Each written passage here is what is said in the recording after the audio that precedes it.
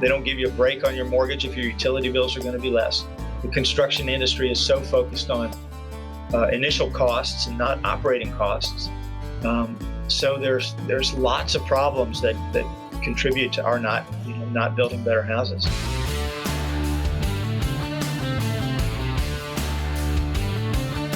Welcome to the Fine Homebuilding Pro Talk podcast. This is Senior Editor Patrick McComb. This is the second half of our two-part interview with former Fine Homebuilding editor Kevin Ireton. You can find the Fine Homebuilding Pro Talk podcast and the original Fine Homebuilding podcast at finehomebuilding.com/podcast. You can leave feedback and ask questions there too. You, like a lot of people in the trades, are challenged with physical demands on your body, and decades of doing that take their toll. I think you'd agree. How do you stay healthy, and do you have aches and pains and hearing loss, associated from your work in the trades as a younger man? The first thing that I'll say is that probably my ability to do what I do as well as I do at this age has a lot to do with the fact that I worked at Fine Homebuilding for nearly 25 years, and that even though I worked on my house during the weekends, I wasn't out on a job site, 5 days a week for all of that time.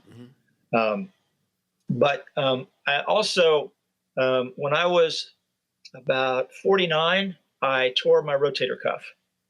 And if you've never had that particular injury, good for you. I hope you never do. Mm-hmm. But it's literally like somebody's cut a hydraulic hose, and you can't raise your arm over your head. You can't shampoo your hair. You can't tie your shoes. I mean, it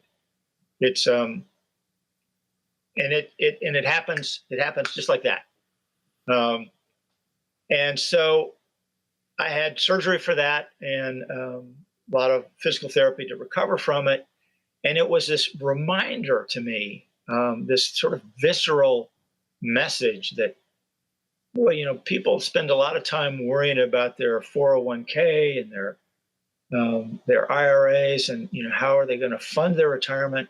And I realized, holy crap, if your body fails you, it doesn't really matter, if you've got money. I mean, it was this warning that I should really take good care of my body. And I had always stayed in pretty good shape, but I got serious about it after that injury. Like running and cardio stuff? I've always, I hate running, but I've always run because it was the most efficient way to get some exercise. So most of the time that I was at the magazine, I was I'll say a casual runner, because I would run 2 or 3 miles just to stay in shape. Mm-hmm. But no, after my rotator cuff surgery, I started doing yoga. Because that seemed to be a critical combination of strength, balance, and flexibility. And I started working at it. And honestly, in the past 5 years, I've probably gotten even more serious. I don't run anymore. I just walk, but I walk 2 or 3 miles every day. And I alternate days between doing yoga and some strength training. And when I'm working as a carpenter, I get up at 5:30 and do all of that before I go to work, because I know if I don't, it's not going to happen. And if I don't, I'm not going to be able to work. I would think a lot of folks would think that doing their trade job is enough to stay fit, but you don't, obviously. I think it certainly helps, and it certainly helps me keep weight off, but it doesn't.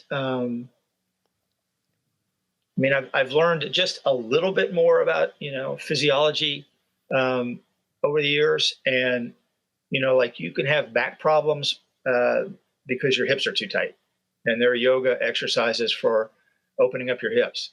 And so things like that are not going to happen on the job site. You don't get that carrying 2x4s, I guess. Right. I think you're more likely to injure something or misuse something if you don't work on strength and flexibility separate from the work that you do. Interesting. Do you feel like you work safer than you used to? Are you better about putting on your PPE, for example, than you were as a young carpenter? Yeah, way better. And if you had asked me, what would I tell my young self, that would be one of the things I would tell my young self. Um, I'm still not as good as I should be. I always put my knee pads on. Like, when I get out of the truck, I put my knee pads on. I wear them all day. Um, I am, and I years ago I bought my prescription glasses are rated as safety glasses, and so I've always got safety glasses on. I'm getting better with hearing protection, but that's way too late because I do have hearing loss. And I'm way better with respirator dust control. But those are habits that really ought to be ingrained at a young age. And like a lot of people in my generation, that didn't happen. I came to it later than I should. Do you see young people on your job sites? Are they better about it, or are they a similar age group to yourself? Most of my job sites are not highly populated. But I have a sense that in general, things are better than they used to be in terms of safety. I think there's still a long, long way to go. But I think things are better. I think you're more likely to see, respirators, safety glasses, hearing protection than 30 or 40 years ago. Do you think that's, your job to help folks remember that, or is that something that's on yourself to do? Do you see weird things happening and tell folks about it? I think the answer to your question is no. I just haven't really had that experience. But I certainly would. And I take it back. I will say a few years ago, I was working on a job site with another crew, and I was using the table saw, and a young helper went to the other end of the table saw to catch your outfeed. And honestly, I waved him off, and then talked to him about it afterwards, just because I didn't know this person. And having had a table saw accident early in my career, I feel like I'm pretty safe about my table saw practices. And so I didn't want somebody I didn't know on the other end of that board. Trying to help, and you don't know if they really know how to help, right? Exactly. Yeah. Exactly. So, I think it's important not to be a butthead, but I think that we do need to help each other. And, to say, hey, you really should be, wearing a respirator or, using a push stick, whatever it is. I think we are obligated to help each other. So what do you like to do as a carpenter? You mentioned earlier that you try and do the build-ins and finish carpentry if you can. Is it strictly that, or do you do other things too? You still nailing roof shingles on like you were? I hope to never do another roof again. At least, I wouldn't mind framing another roof. Throughout most of my career, I've been a generalist, and I kind of like that. I mean, I wouldn't want to frame all the time, but if it's part of the process of putting up a building, that's pretty cool. So I've always enjoyed doing a little bit of everything, and I think it helps your understanding of how things go together and what everybody contributes. That said, like a lot of carpenters, the stuff, what we call the show work, is the fun stuff. So trim and cabinetry and built-ins are the things that I enjoy most. And if I've got to specialize, that would be my choice. And I enjoy working in a shop. So getting to divide your time between a workshop and the field is kind of the best of it all, I think. Do you have a shop presently? You don't, right? How are you doing that? You don't have to tell everything you know about. I have plans to build a shop. I could show them to you. Um, I go up and work at Chris's. My buddy Chris Green lives up the hill and has the world's smallest shop. And we find a way to get things done in there. Cool. What are some things you've built recently or worked on that you found especially satisfying or frustrating, if you pick? Well, the most recent thing I've done is a built-in cabinet in my kitchen that's going to be a coffee station with cabinets below and cabinets above and a little place for coffee makers and coffee cups. And the reason I did this is because as Chris and I were finishing up the job in Reading, we were, cleaning out the room, loading up the dumpster, and I had these plywood rips that were leftovers from these built-in cabinets. So they were, 12-inch wide plywood rips that had been drilled with system holes.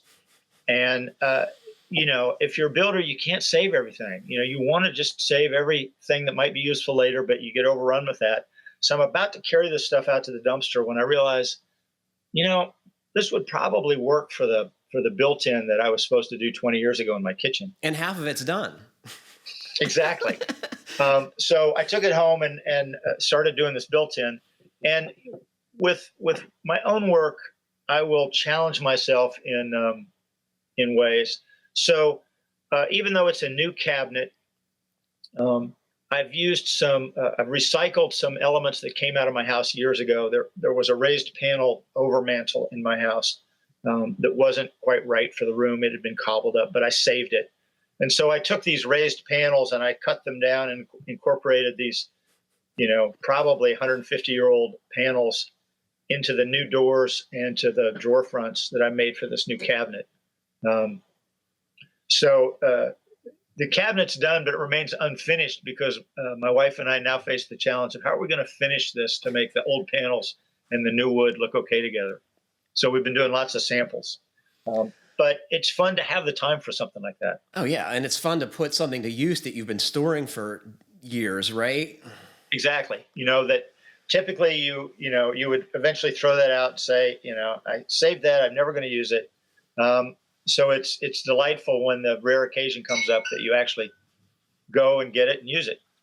I think you'd agree that tools have changed exponentially since when you started doing carpentry work, right? Like, what are some of your favorite tools, new and old, that either are family heirlooms or just things that work well for you? As far as I'm concerned, there's 2, maybe 3 game changers. I sometimes joke that the only reason I got back into carpentry and renovation work is because of the oscillating multi-tool. I knew you were going to say that. Otherwise known as the multi-master. I think that tool is just amazing what it can do, especially if you do the kind of work that I do, renovation work, a lot of work on old houses. It really does. I mean, I hate cliches, and game changer is certainly a overused cliche, but I love the multi-tool. The other thing is the track saw. The track saws have changed the way we work. And are just amazing tools. And it sort of surprises me that it took so long for us to come around to them. Even though, at Fine Homebuilding, lots of times has Fine Homebuilding published tips about, building a ripping guide for your circular saw. But the track saw just makes it that much more precise. And I have to say, I think impact drivers and the technology around this, all the different types of screws that we have these days. Probably early on, I resisted impact drivers. I made fun of people that suddenly had to screw everything together instead of nail it. And now I've become one of those people. Once again, for renovation work, screws often are extremely helpful. Yeah. I mean, the ability to take stuff back apart. Yeah. It's just really useful. In terms of old tools, I'm still a guy who carries a Lufkin folding rule in my nail bags. What the heck do you do with that? I scratch my back with it. If I don't have a straight claw hammer handy. But I use it. I use it for taking inside measurements. That's my favorite thing to use it for because it's got the extension on the end. And the other thing is that a lot of times, if I'm laying out something, a story pole, a cabinet, I find it easier to lay down the folding rule than the tape measure. Because the tape is curled? Yeah, and it lays flat more easily. Although I have to say, that my buddy Chris, has a Bosch laser measure tool that for years he used to just use for estimates and things like that. And then for some reason he started using it more and realized, holy crap, this thing measures to the 32nd of an inch, and it's dead on balls accurate, as Marissa Tomei would say. And I've been caught a few times borrowing his laser measure tool for inside measurements, and am amazed that that thing does what it does. Yeah, and you can do long ones by yourself, which is everything with it inside. It's like yeah, I can't measure a 20-foot room with my left hand. I mean, you can. I mean, there was a time when people did that, I'm sure, but I don't even think I have a folding rule. I really don't. That's okay, Patrick. You're a lot younger than I am. There is a nostalgia to it. It was one of the first tools that my dad owned that I used to play with. Me too. And I remember breaking them and getting in trouble for that. Yeah. I remember it's a delightful thing to play with, right? Yeah. Pinch your fingers. It's fantastic. So, what do you think about the current state of residential construction in this country? Are we doing a good job? Are we building the right homes? I think the answer to that is no. I think the state of residential construction is still pretty abysmal. And I think that, if you just read Fine Homebuilding, you get a skewed sense of that, because you think it doesn't reflect most of what's out there, right? Yeah, by no means does it reflect the majority of what's out there. And I think for the most part, the houses are often not very well built. They're not as well insulated. They're not as air sealed as they should be. I think, that I would be in favor of much higher standards in the building codes for energy things. But there's the entrenched resistance to that is pretty powerful. So we had an engineer from the ICC on, and she seemed to think that the energy codes were going beyond the minimum standard that the building code should be. So do you think she's wrong? She probably knows way more than I do. But I also know that, I do think the ICC has done a better job than I would have expected if you'd asked me 10 years ago. Just the fact that there are, requirements for door testing now that didn't used to be there. But there are plenty of places that aren't, there are plenty of jurisdictions that haven't adopted those latest codes. Mm-hmm. So that's part of the problem too, is these model codes are out there, but they're just model codes, and you can adopt it or not on a state by state basis. I would love to see at this point zero energy be the standard. It's possible. It's possible. So why wouldn't you want that? You'd have to educate the buyers, wouldn't you agree? People don't even know that that's available in the mainstream, I'm guessing. A few years ago, Patrick, I wrote this article for Fine Homebuilding called, Why Don't We Build Better Houses? It was really good, by the way. Well, thanks. But it turns out that, you're right, that the problem is really complicated. You ask builders and developers, and, they're focused on what people are willing to buy. I mean, what people want. And people they don't claim that they want energy efficiency. They want square footage, and they want location, and they want some bling. And the other problem is that mortgages. A lot of mortgage companies still don't value energy efficiency. They don't give you a break on your mortgage if your utility bills are going to be less. The construction industry is so focused on initial costs and not operating costs. So there's lots of problems that contribute to our not building better houses. I think we're making some progress, but it just seems painfully slow. And that's in part because the building industry, unlike the auto industry, the building industry is so fractured. I mean, there's just thousands of builders making houses. There's not. And they have to be for a certain area, right? And it's all very regional. Right. I wish I had that. I wish I had the answer. I don't know what the answer is. And I think you'd probably agree that, existing homes are an even bigger problem than new homes with regard to their energy consumption, especially for people of limited means, right? They can't afford to fix their homes. What do we do about that? I think every one of those people should get a free $1 million deep energy retrofit. We're gonna get the letters on that one. I mean, you're right. I mean, existing houses are a bigger problem, and I don't know. So when you mentioned I wrestle with that problem. These are big issues, right? So what do you see out there with regard to code enforcement? Do you have knowledgeable inspectors showing up to look at your stuff? Do they seem to have the right emphasis on what they're paying attention to?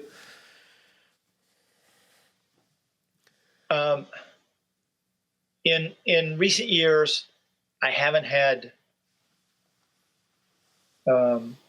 not had a lot of interactions with building inspectors, and I don't mean that I have avoided permits or anything like that. It's just the nature of what you're doing doesn't require that. That said, the last time I did, one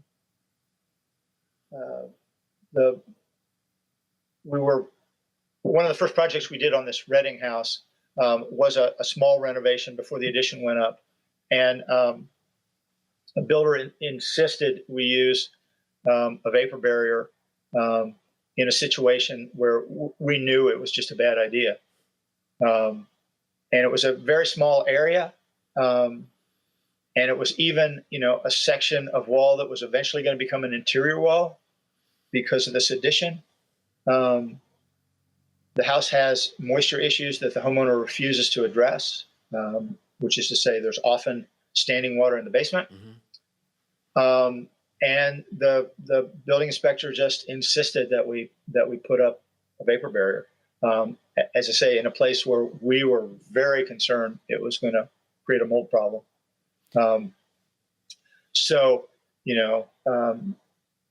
Our solution was to drive for 30 minutes and buy a very expensive roll of smart membrane, of which we used very little of it.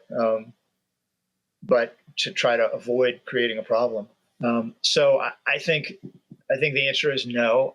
Building inspectors, at least in my experience, there are still building inspectors out there that are insisting on things because the letter of the law might require them, but the inspector doesn't have a full grasp of building science to know when maybe it's a bad idea. I got to think that's the majority, not the exception. Yeah, I just want to watch out for generalizations because I know there are great building inspectors out there. Mm-hmm. But I mean, it's not always their fault. I mean, how are those guys supposed to get educated? Yeah, that's I mean, it's hard enough. Right? It's hard enough for builders to get educated on building science, The rest of us who spend our careers studying these issues, it's hard to wrap your head around, right? Right. It's still confusing. And so you want to default to, well, what's the requirement? So part of me gets that. Can you tell me about your own house? You have a little bit, but do you have any new or lingering problems that you're either happily or unhappily ignoring, for starters?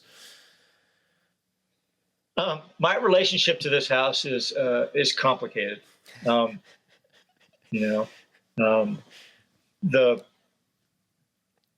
the the first thing I'll say is that I started renovating it years ago, and piece by piece re-sided the whole house. And about the time that I got around to the last bit of siding, uh, that was when we published Joe Stiebrick's first article on exterior insulation, and what a good opportunity that is, when residing a house, to beef up the insulation and air tightness. Um, Just in so time. just in time for me not to do anything about that. So I have felt guilty about that ever since.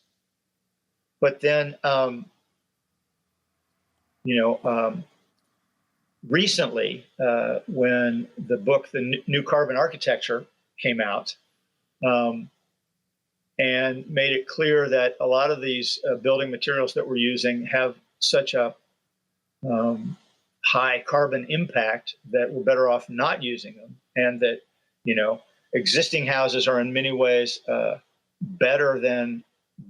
better for global climate change than building a new zero energy house. I suddenly realized that, well, hey, maybe it's a good thing that I didn't put foam on the outside of my house, which basically just points to how confusing it is to figure out what's the right thing to do, and how often and how rapidly that notion has been changing over the past few years. Is the house comfortable without your foam? Yeah, but it's comfortable because I've got an oil-fired furnace that I can afford to feed. Mm-hmm. So I mean, I love my house, but I know too much about it. So, And you still love it anyway. Yeah, because it's humbling to have to live with your own work, and to know that here's something that I did 30 years ago, where I made a decision to do something that now 30 years later seems like, well, that was stupid. Like what things are those?